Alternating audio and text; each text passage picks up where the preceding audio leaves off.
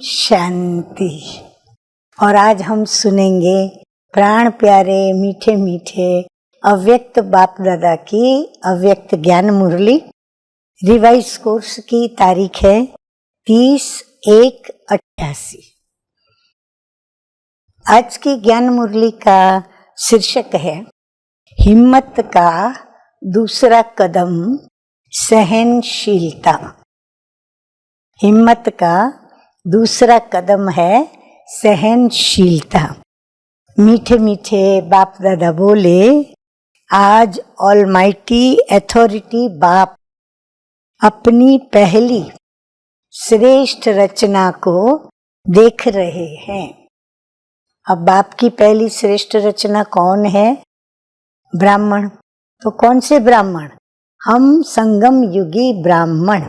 तो हमें कितना नशा चढ़ना चाहिए, कितना नशा होना चाहिए कि हम स्वयं शिव बाबा जो कि परमात्मा है, गॉड फादर है, हम उसकी पहली रचना है। तो आज ऑलमाइटी अथॉरिटी बाप अपनी पहली श्रेष्ठ रचना को देख रहे हैं। पहली रचना ब्राह्मण की रचना है। उसकी पहली रचना में भी पहला नंबर किसको कहेंगे? पहले किसको रचा? हाँ, प्रजापिता ब्रह्मा बाबा को। तो पहला नंबर रचना है, ब्रह्मा को ही कहेंगे। पहली रचना का पहला नंबर होने के कारण ब्रह्मा को क्या कहा जाता है? आदि देव कहा जाता है। इसी नाम से इस आबू पर्वत पर यादगार है। कौन सा यादगार है? आदि देव नाम से ही है। आदि देव अर्थात आदि रचता भी कहा जाता और साथ साथ आदि देव अर्थात नई सृष्टि के आदि का पहला नंबर देव है।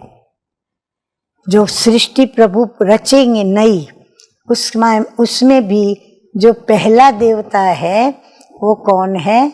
आदि देव ब्रह्मा की आत्मा, जो ही श्री कृष्ण कहलाती है। पहली देवात्मा श्री कृष्ण के रूप में ब्रह्मा ही बनते हैं। इसीलिए नई सृष्टि के आदि का आदि देव कहा जाता है। संगम युग में भी आदि रचना का पहला नंबर अर्थात आदि देव कहो या ब्राह्मण आत्माओं के रचता ब्रह्मा कहो, तो संगम पर सृष्टि के आदि पर दोनों समय का आदि है। संगम कलयुग का अंत और सतयुग की आदि पर संगम पर, तो संगम पर नई दुनिया की स्थापना संगम पर, वो भी आदि, और फिर नई दुनिया उसकी भी आदि। तो दोनों समय की आदि है, इसलिए आदि देव कहा जाता है। अच्छा, अब हम सुनेंगे मीठे मीठे बाप दादा का मीठा मीठा प्यार भरा टाइटलों के साथ याद प्यार। तो बाप दादा याद प्यार देते हुए बोले, देश विदेश के सर्व बाप समान। सुना सभी ने? सदा बुद्धि से समर्पित आत्माओं को सदा हर परिस्थिति में हर व्यक्ति से सहनशील बनकर हर बड़ी बात को छोटा कर सहज पार करने वाले, सदा विस्तार को सार रूप में लाने वाले, सदा ब्राह्मण जीवन मौज की जीवन जीने वाले, ऐसे बाप समान बनने वाले महावीर श्रेष्ठ आत्माओं को बाप दादा का समान भव की स्नेह संपन्न याद प्यार और नमस्ते।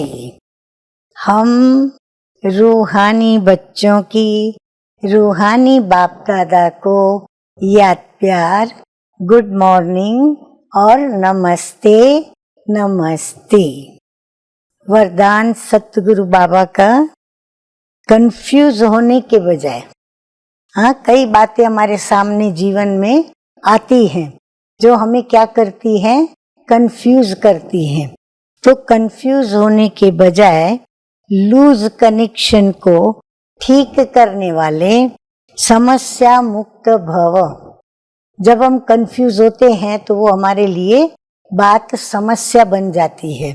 अब वो समस्या को कैसे ठीक करें, तो बाबा ने कहा कि कंफ्यूजन को दूर करने का यही तरीका है कि हमारा जो कनेक्शन लूज हो जाता है, ये कारण है कंफ्यूज होने का, तो इस कारण को ही हम खत्म कर दें और समस्या से मुक्त हो जाएं।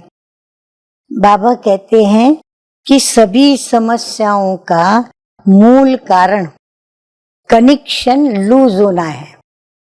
शिव बाबा से हमारा योग के द्वारा जो कनेक्शन है वो कहीं ना कहीं लूज हो जाता है।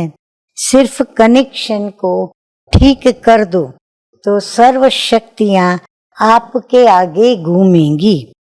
यदि कनेक्शन जोड़ने में 1-2 मिनट लग भी जाते हैं तो हिम्मत हार कर कंफ्यूज न हो जाओ। कभी कभी उसको ठीक करने में समय भी देना पड़ता है, तो समय जो देते हैं तो हम बड़े अधीर हो जाते हैं। तो बाबा कहते हैं ऐसे अधीर होकर कंफ्यूजन में मत आओ। निश्चय के फाउंडेशन को हिलाओ नहीं। मैं बाबा का और बाबा मेरा, इस आधार से फाउंडेशन को पक्का करो तो समस्या मुक्त बन जाएंगे। स्लोगन है, बीज रूप अवस्था में स्थित रहना।